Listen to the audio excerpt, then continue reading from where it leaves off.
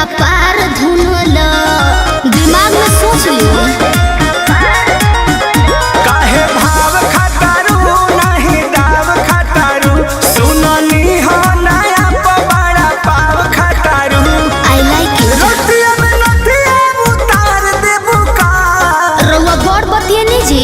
हाई लोजन परोजन में मार देबू का हो, हाई लोजन परोजन में मार देबू का हो, हाई लोजन परोजन में मार देबू का।